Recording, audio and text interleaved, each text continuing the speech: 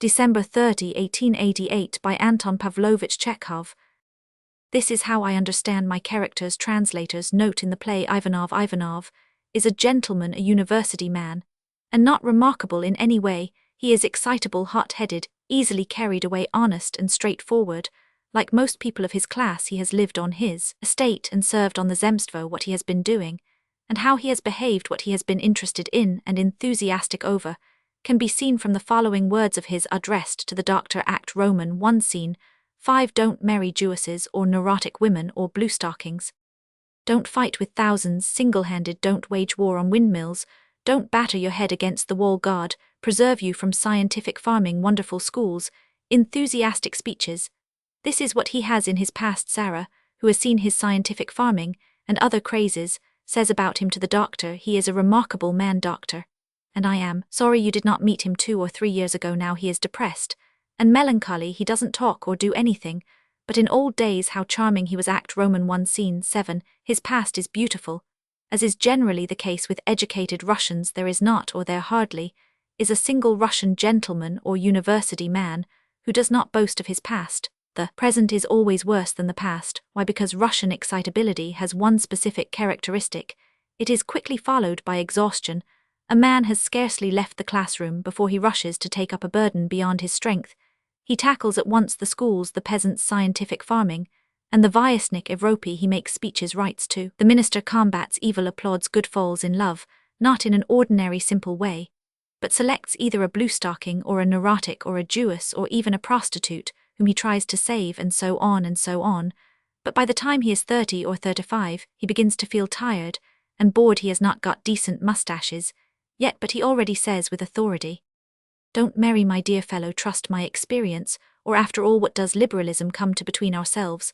Chekhov was often right. He is ready to reject the zemstvo and scientific farming and science and love my Ivanov, says to the doctor. Act Roman 1 Scene 5. You took your degree only last year, my dear friend. You are still young and vigorous. While I am 35, I have a right to advise you. That is how these prematurely exhausted people talk. Further down, sighing authoritatively, he advises, don't you marry in this or that way, see above, but choose something commonplace, grey, with no vivid colours or superfluous flourishes.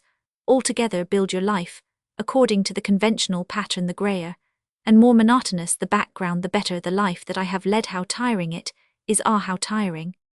Conscious of physical exhaustion and boredom, he does not understand what is the matter with him and what has happened. Horrified, he says to the doctor. Act Roman 1 Scene 3. Here you tell me she is soon going to die, and I feel neither love nor pity, but a sort of emptiness and weariness if one looks at me from outside.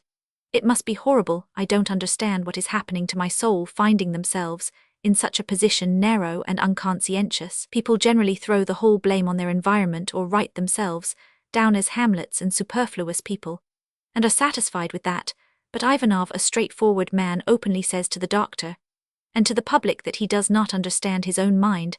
I don't understand that he really doesn't understand can be seen from his long monologue in Act Roman 3, where tete-a-tete with the public he opens his heart to it, and even weeps. The change that has taken place in him offends his sense of what is fitting. He looks for the causes outside himself, and fails to find them. He begins to look for them inside, and finds only an indefinite feeling of guilt. It is a Russian feeling. Whether there is a death or illness in his family, whether he owes money or lends it, a Russian always feels guilty. Ivanov talks all the time about being to blame in some way, and the feeling of guilt increases in him at every juncture. In Act Roman 1, he says, suppose I am terribly to blame, yet my thoughts are in a tangle, my soul is in bondage to a sort of sloth, and I am incapable of understanding myself. In Act Roman 2, he says to Sasha, my conscience aches day and night, I feel that I am profoundly to blame, but in what exactly I have done wrong I cannot make out. To exhaustion, boredom, and the feeling of guilt add one more enemy, loneliness. Were Ivanov an official, an actor, a priest, a professor, he would have grown used to his position. But he lives on his estate, he is in the country, his neighbours are either drunkards or fond of cards, or are of the same type as the doctor. None of them care about his feelings or the change that has taken place in him. He is lonely, long winters, long evenings, an empty garden, empty rooms, the grumbling count, the ailing wife. He has nowhere to go. This is why he is every minute tortured by the question, what is he to do with himself? Now about his fifth enemy. Ivanov is tired and does not understand himself, but life has nothing to do with that. It makes its legitimate demands upon him, and whether he will or no, he must settle problems. His sick wife is a problem, his numerous debts are a problem, Sasha flinging herself on his neck is a problem. The way in which he settles all these problems must be evident from his monologue in Act Roman 3, and from the contents of the last two acts. Men like Ivanov do not solve difficulties, but collapse under their weight. They lose their heads, gesticulate, become nervous, complain, do silly things, and finally, giving rein to their flabby, undisciplined nerves, lose the ground under their feet, and enter the class of the broken down and misunderstood. Disappointment, apathy, nervous limpness, and exhaustion are the inevitable consequence of extreme excitability, and such excitability is extremely characteristic of our young people. Take literature, take the present time. Socialism is one of the forms of this excitement. But where is socialism? You see it in Tihamirov's letter to the Tsar. The socialists are married and are criticizing the Zemstvo. Where is liberalism? Mihailovsky himself says that all the labels have been mixed up now. And what are all the Russian enthusiasms worth? The war has wearied us, Bulgaria has wearied us, till we can only be ironical about it. Zukai has wearied us, and so has the comic opera. Exhaustion. Dr. Bertensen will confirm this finds expression not only in complaining or the sensation of boredom. The life of an overtired man cannot be represented like this. Transcribers note the line graph in the print version depicts a wavy horizontal line with minimal variation in the vertical direction. The ASCII diagram below gives a rough approximation. It is very unequal. Overtired people never lose the capacity for becoming extremely excited, but cannot keep it up for long, and each excitement is followed by still greater apathy. Graphically, it could be represented like this. Transcribers note the line graph in the print version depicts a series of wavy horizontal segments, punctuated by sharp dips. Each horizontal segment, a little lower than the one before the ASCII illustration below, gives a rough approximation. The fall, as you see, is not continuous, but broken. Sasha declares her love, and Ivanov cries out in ecstasy, a new life, and next morning he believes in this new life as little as he does in Spook's. The monologue in Act Roman 3. His wife insults him, and fearfully worked up, and beside himself with anger, he flings a cruel insult at her. He is called a scoundrel. This is either fatal to his tottering brain, or stimulates him to a fresh paroxysm, and he pronounces sentence on himself. Not to tire you out altogether, I pass now to Dr. Lvov. He is the type of an honest, straightforward, hot-headed, but narrow and uncompromising man. Clever people say of such men he is stupid, but his heart is in the right place. Anything like width of outlook or unreflecting feeling is foreign to Lvov. He is the embodiment of a program, a walking tendency. He looks through a narrow frame at every person and event. He judges everything according to preconceived notions. Those who shout make way for honest labor are an object of worship to him. Those who do not shout it are scoundrels and exploiters. There is no middle. He has been brought up on Mihailov's translators. Note the author of second-rate works inculcating civic virtue with a revolutionary bias. Novels at the theatre. He has seen on the stage New Men Roman 1, the exploiters and sons of our age, painted by the modern playwrights. He has stored it all up, and so much so that when he reads Rudin, he is sure to be asking himself, is Rudin a scoundrel or not? Literature and the stage have so educated him that he approaches every character in real life, and in fiction with this question. It is not enough for him that all men are sinners. He wants saints and villains. He was prejudiced before he came to the district.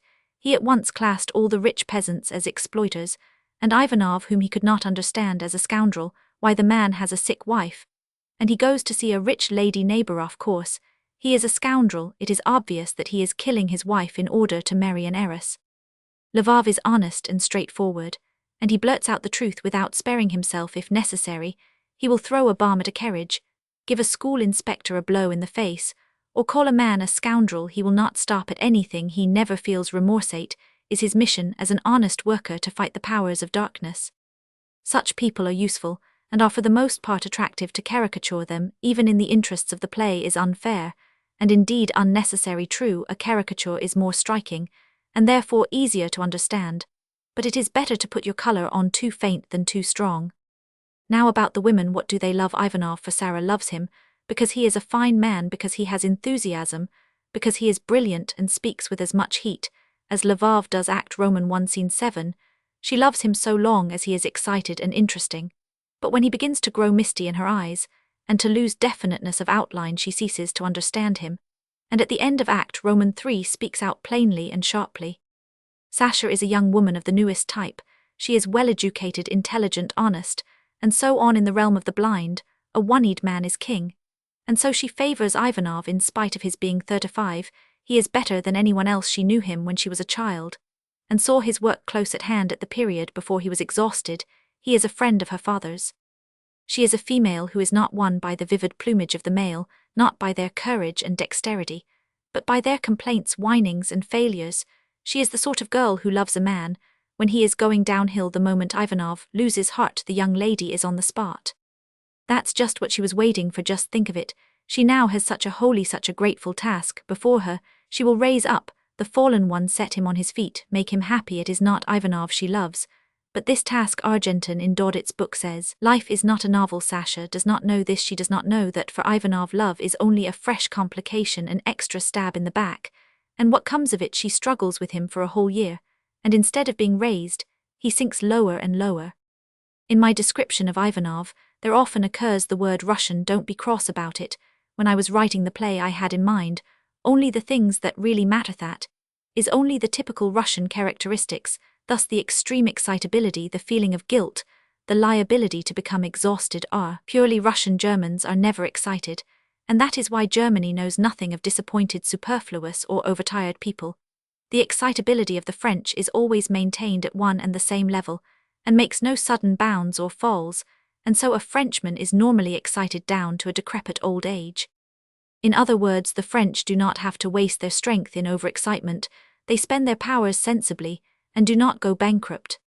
Ivanov and Lvov appear to my imagination to be living people.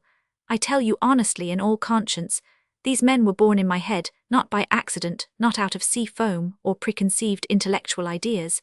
They are the result of observing and studying life. They stand in my brain, and I feel that I have not falsified the truth, nor exaggerated it a jot if on paper they have not come out clear, and living. The fault is not in them, but in me for not being able to express my thoughts.